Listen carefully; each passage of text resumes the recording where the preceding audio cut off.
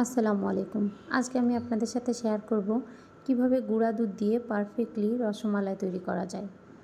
তো চলুন আমি কিভাবে বানিয়েছি সেটা আপনাদের সাথে শেয়ার করি। তো আমি প্রথমে 1 প্যাকেট গুঁড়া দুধ নিয়ে নিয়েছি। এটা 1 কাপের মতো হয়েছে। এটার মধ্যে এখন আমি 1 চামচ ময়দা দিব, হাফ চামচ বেকিং পাউডার দিব। তারপরে এটার মধ্যে ঘি দিয়ে দেবো 1 চামচ। ঘির বদলে আপনারা বাটার দিতে পারেন, তবে ঘি দিলে সবথেকে বেশি ভালো হয়। আমি আগে থেকে একটা ডিম ফেটিয়ে রেখে দিয়েছি। তো এই ডোটা তৈরি করার জন্য এটার মধ্যে ডিম দিয়ে নিতে হবে। অল্প অল্প করে ডিম দিয়ে এটাকে ভালো করে মিক্সড করতে হবে।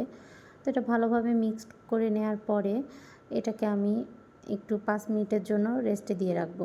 তো 5 মিনিট এটা ঢাকা দিয়ে রাখার পরে আমি চুলায় চলে যাব। চুলায় আমি 1 লিটার মতো দুধ দিয়ে নিয়েছি। তো দুধের মধ্যে আমি 3 থেকে 4টা এলাচ দিয়ে নেব। এলাচের মুখগুলো একটু চিড়ে দেবো যাতে স্মেলটা ভালো আসে। তো দুধটা এদিকে গরম হতে থাক, তারপরে আমি চলে যাব রসমালাইয়ের বলগুলো তৈরি করার জন্য। তো বলগুলো তৈরি করার জন্য আমি হাতের মধ্যে একটু ঘি মাখিয়ে নিয়েছি যাতে হাতের সাথে লেগে না যায়। এখন আমি একটু একটু করে বলগুলো তৈরি করে নেব। তো দেখতেই পাচ্ছেন কীভাবে চেপে চেপে বলগুলো বানাচ্ছি। খুব বেশি চাপা যাবে না, তাহলে এগুলো আবার শক্ত হয়ে যাবে। তো খুবই ছোট ছোট করে গোল করে করে আমি 2 হাতের সাহায্যে আমি এই বলগুলো তৈরি করে নেব। তো একটা একটা করে এভাবে করে আমি সব বলগুলো তৈরি করে নিয়েছি। দেখতে পাচ্ছেন কীভাবে করে তৈরি করতেছি। মিষ্টি বানানো আসলে ধৈর্যের কাজ। এখানে যদি তাড়াহুড়া করেন তাহলে মিষ্টিগুলো হবে না। এটা ধৈর্য সহকারে খুবই আস্তে আস্তে কাজগুলো করতে হবে।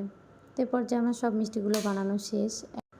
এখন দুধটা গরম হয়ে গিয়েছে। এর মধ্যে আমি হাফ কাপের মতো মিষ্টি দিয়ে নেব। আপনারা আপনাদের টেস্ট অনুযায়ী বাড়িয়ে বা কমিয়ে নিতে পারেন। আমি হাফ কাপ মিষ্টি দিয়ে দিয়েছি একটু একটু করে। তো দুধটা ভালো করে গরম হওয়ার পরে এটার মধ্যে এখন মিষ্টিগুলো দিয়ে নিতে হবে। মিষ্টিগুলো খুবই আস্তে আস্তে করে দিতে হবে, না হলে আবার ফেটে যাবে। তো আমি খুবই সাবধানে দুধের মধ্যে মিষ্টিগুলো দিয়ে নিয়েছি। একটা একটা করে সব মিষ্টিগুলো আমি এক এক করে দিয়ে নেব।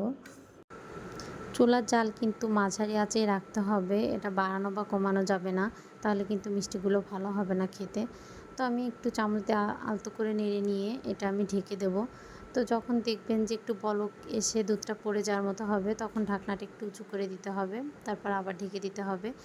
এভাবে করে 10 মিনিটের মতো আমি জাল করে নেব রসমালাইগুলো। তো দেখতেছেন রসমালাইগুলো কি সুন্দর ফুলে টোপা টোপা হয়ে গেছে। তো 10 মিনিট রান্না করার পরে আমি এ পর্যায়ে চুলার জালটা বন্ধ করে দিব। এখন আমি রসমালাইগুলো অন্য একটা পাত্রে তুলে নেব।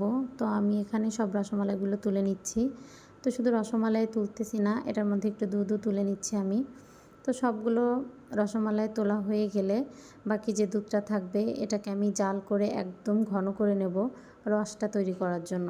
তো এই পর্যায়ে এখানে আমি 1 চামচের মতো গুঁড়া দুধ দিয়ে নিয়েছি। দেখতে পাচ্ছেন। তো এটা আপনারা চাইলে আলাদা একটা পাত্রে গুলিয়েও দিতে পারেন। আমি আর সেই ঝামেলায় গেলাম না। তো এটাকে আমি নাড়তে নাড়তে একদম ঘন করে ফেলেছি।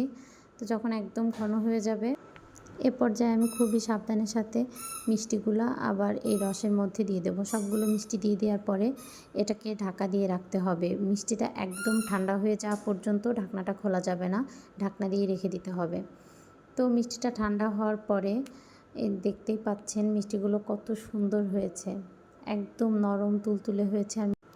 রসমালাইগুলো খাইতেও খুবই টেস্টি হয়েছে। তো এভাবে তৈরি করলে আপনারা দেখতে পারবেন কতটা টেস্টি।